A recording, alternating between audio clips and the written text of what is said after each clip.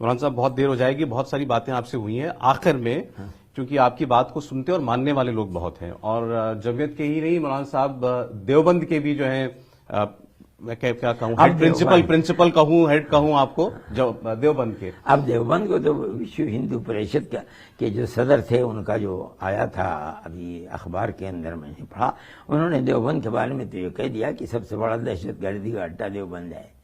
میں کہتا ہوں بھائی دیوبند کو کیا کہتے ہو؟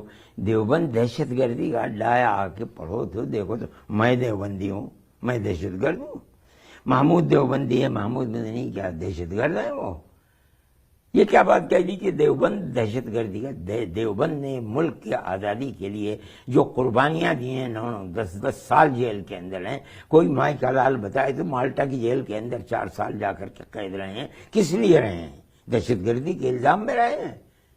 بتائیے بھائی، دیوبند کے لوگ ملک کی آزادی کے لیے اپنے سر سے کفن باندھ کر کے نکلے ہیں، اور 9-10 سال جیل کے، مالٹا کی جیل میں پکڑ کر کے بھیج دیا گیا وہاں۔ آپ یہ کہیں کہ وہ دیوبند جہاں کے وہ پڑھنے والے اور پڑھانے والے تھے وہ دہشت گردی کا اڈا ہے ساری دنیا کے اندر؟ میں سمجھتا ہوں آپ پھر کہیں گے کہ جہالت کی بات کر رہا ہے۔ میں کہتا ہوں نہیں جانتے۔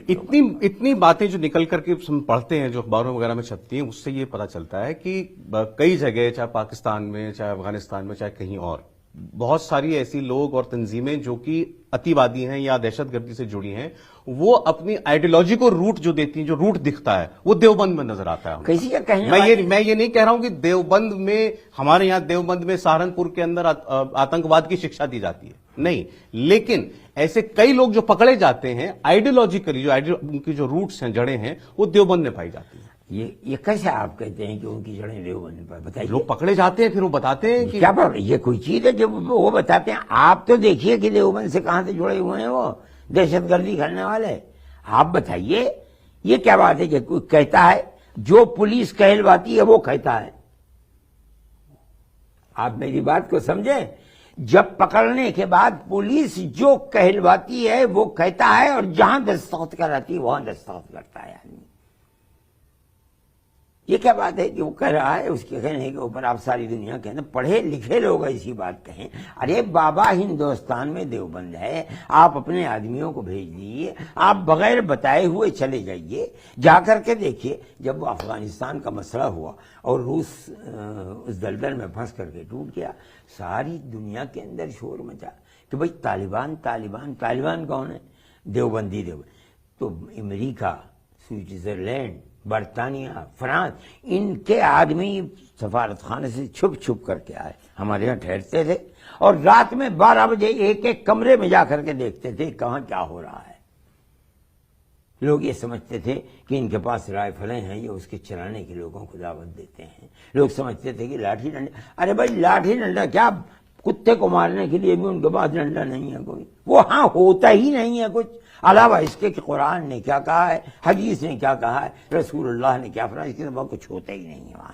اور میں کہتا ہوں، آپ کے ٹیلی ویژن پر کہہ رہا ہوں، ہندوستان بھر نہیں، ساری دنیا کے لوگوں سے کہہ رہا ہوں، جا کر کے دیکھو دیوبند کو، کمروں میں گھس کر کے دیکھو، رات میں دیکھو، دن میں دیکھو، یہ دیکھو کہاں دہشت گردی ہے اور دہشت گردی کی تعلیم ہے۔ مگر ایک پروپیگنڈا ہے، یہی ٹی وی چینل کہہ رہے ہیں، یہی بڑی بڑی انجمنوں کے اور جماعتوں کے صدر کہہ رہے ہیں، یہی سیکریٹری کہہ رہے ہیں، دہشت گردی کا اڈا ہے دہشت گردی۔ ارے بابا،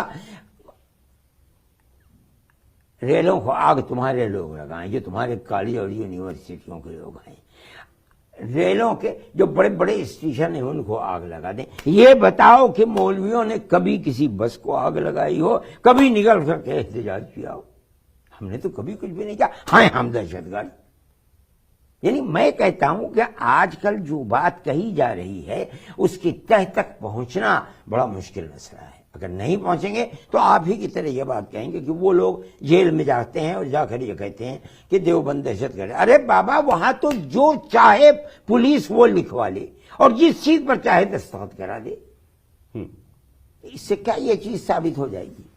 مولانا صاحب، آخر میں، انت میں، آپ جو کیول بھارت کے پرسپیکٹو میں بھارت کے مسلمانوں کو کیا نصیحت دینا چاہتے ہیں، اور بھارت کے باقی لوگوں کو کیا بتانا چاہتے ہیں اپنے، کہ وہ اپنے نظریے میں کیا رکھیں جب وہ اسلام کو سوچیں یا مسلمان کو؟ نہیں، میں کسی کو یہ نہیں کہتا کہ وہ اسلام کو سوچیں، جو اپنے مذہب کے اوپر کوئی مذہب جنگ و جدال اور ظلم کرنے کی تلقین نہیں کرتا، اگر وہ صحیح مذہب ہے۔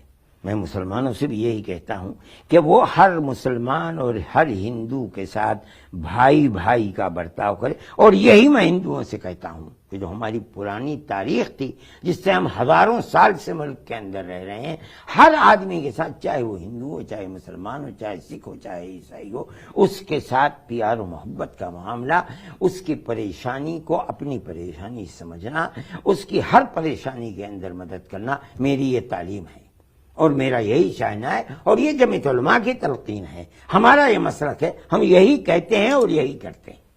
مولانا مدنی صاحب، آپ نے ہم کو اتنا وقت دیا، شکریہ آپ کا۔ ویسے تو یہ ہر ویکتی پر جو ہے سچ ہے کہ آپ کی بہت سی باتیں جو ہے لوگوں کو پسند آئی ہوں گی، ہو سکتا ہے کچھ باتیں پسند نہ بھی آئی ہوں، اب یہ ہم لوگوں پر چھوڑتے ہیں، آپ کو سننے دیکھنے والوں پر چھوڑتے ہیں۔ بہت شکریہ آپ کا۔